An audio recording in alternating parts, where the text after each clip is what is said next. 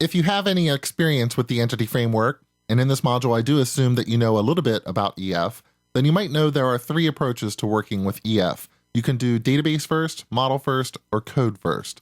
With the database first approach, you can go to your project and add an item of type Entity Framework Data Model, point it to a database, and EF will reverse engineer the database into a model, provide you a design surface where you can tweak the model and keep the model updated with the database. The database first approach will generate the code that you need to access the database by adding T4 templates to the project. Those are the files with the .tt extension. Those files read the model at compile time and generate C# code. You'll find the C# code files nested behind the TT file in Solution Explorer. A model first approach is very similar because you use the same design surface, but you typically start with no database and use the designer to generate SQL scripts that can create the database once you've added the entities that you want onto the design surface.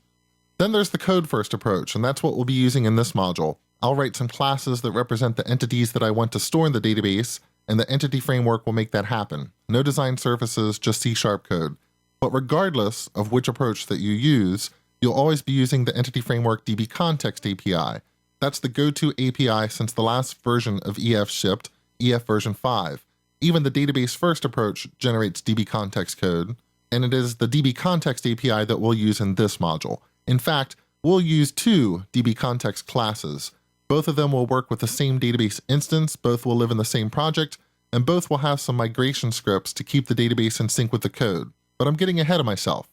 What we need to do before we create migrations and all that will be a new project.